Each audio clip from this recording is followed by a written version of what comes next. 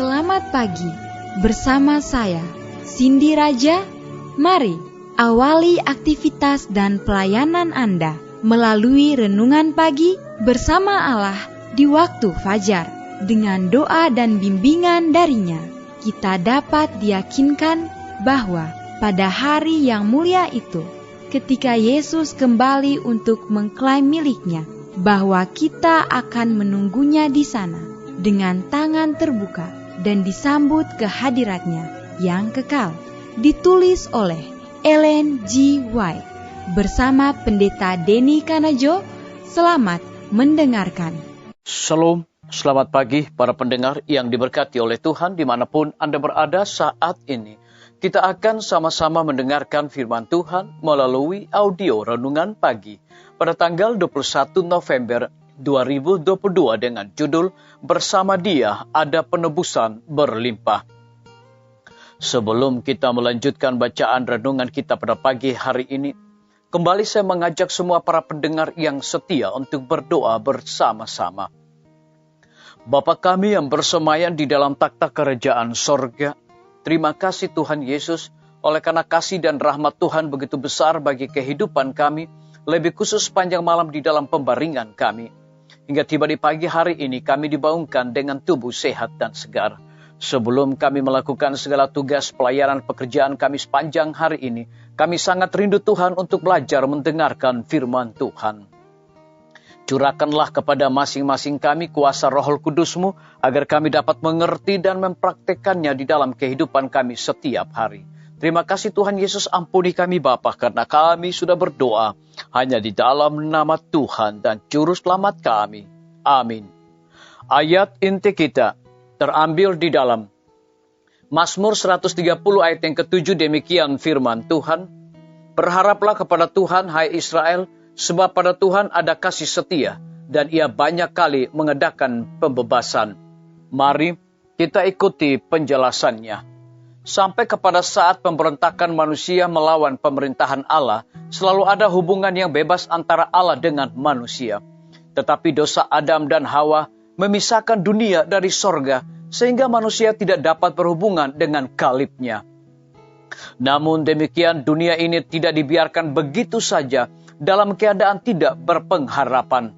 Kalau saja dia tidak menjembatani dengan jasa-jasanya akan jurang yang telah diakibatkan oleh dosa, maka malaikat-malaikat yang melayani itu tidak akan dapat berhubungan dengan manusia yang sudah jatuh ke dalam dosa. Kristus menghubungkan manusia di dalam kelemahan dan keadaannya yang tidak berdaya itu dengan sumber kuasa yang tidak terbatas. Disalin dari buku Alfa dan Omega, jilid 1, halaman 213. Pada zaman bapa-bapa, persembahan-persembahan korban dikaitkan dengan perbaktian ilahi yang melambangkan suatu peringatan yang tetap tentang kedatangan Juru Selamat. Dan dengan demikian hal itu bersama-sama dengan seluruh upacara pelayanan bait suci sepanjang sejarah Israel.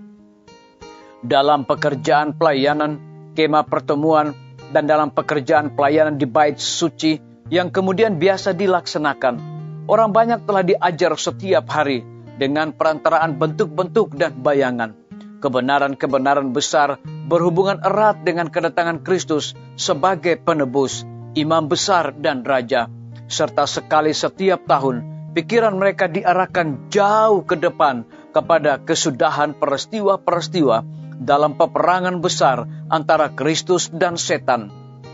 Penyucian terakhir semesta alam yang terakhir dari dosa dan orang-orang berdosa.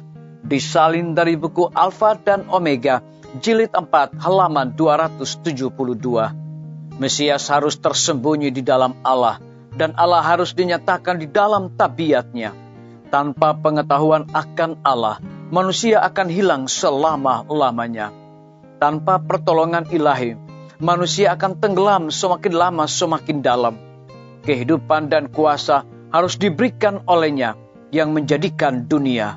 Kebutuhan manusia tidak dapat dicapai dengan jalan yang lain. Disalin dari buku Alfa dan Omega, jilid 4, halaman 281. Biarlah Bacaan renungan kita saat ini akan menjadi berkat bagi kita semua. Mari kita tunduk kepala dan kita berdoa. Bapa di sorga, terima kasih Tuhan. Oleh karena firman-Mu pada pagi hari ini memberikan sukacita, berkat rohani bagi masing-masing kami. Lebih daripada itu, memberikan sebuah penekanan. Mesias harus tersembunyi dalam Allah, dan Allah harus dinyatakan di dalam tabiatnya. Tanpa pengetahuan akan Allah, manusia akan hilang selama-lamanya. Terpujilah nama Tuhan. Pada pagi hari ini hamba berdoa untuk pemerintah kami. Tuhan memberkati Bapak Presiden bersama Wakil Presiden, para menteri dan seluruh stafnya, Bapak Gubernur bersama dengan wakil, Bapak Wali Kota bersama wakil, Bapak Bupati bersama wakil, camat dan seluruh stafnya, kepala desa, lurah, RT, RW, dimanapun mereka berada saat ini. Kiranya Tuhan lindungi pelihara mereka, curahkan mereka kekuatan kesehatan hikmat sorga, agar dapat menjalankan roda pemerintahan di tengah-tengah pandemi dan kesukaran hidup saat ini boleh sesuai dengan amanat dan titah Tuhan sendiri. Kami juga berdoa untuk pimpinan-pimpinan organisasi gereja Tuhan dari tingkat yang tertinggi sampai kepada gembala jemaat. Saat ini Tuhan, mereka membutuhkan kuasa Roh Kudus dalam pelayanan mereka. Kami menyerahkan para tim medis Tuhan, berkati dokter, perawat, bidan, semua para pekerja kesehatan yang sedang melayani di setiap rumah sakit, puskesmas, bahkan pustu. Hikmat, kekuatan sorga, pengetahuan sorga Tuhan berikan agar mereka dapat memberikan pelayanan yang terbaik dengan penuh dedikasi. Kelanjutan pembangunan Rumah Sakit Advent Palangkaraya, Rumah Sakit Advent Kupang, para tukang material yang mereka pergunakan juga Tuhan memberkati senantiasa. Lebih daripada itu kami menyerahkan hamba-Mu Dr. Raymond yang Tuhan percayakan untuk memimpin Rumah Sakit Advent Palangkaraya. Kiranya hikmat dan sukacita sorga Tuhan selalu berikan bagi hamba-Mu ini. Kami juga berdoa Tuhan Engkau juga memberkati akan lembaga-lembaga pendidikan.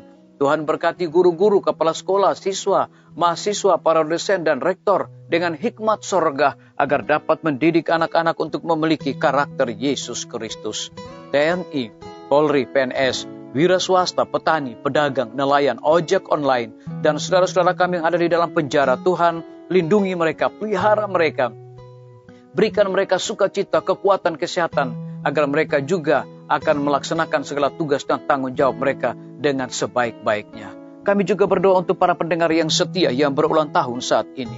Dengan bertambahnya usia yang Tuhan percayakan di dalam hidup mereka, mereka juga selalu bersyukur dan melayani Tuhan senantiasa.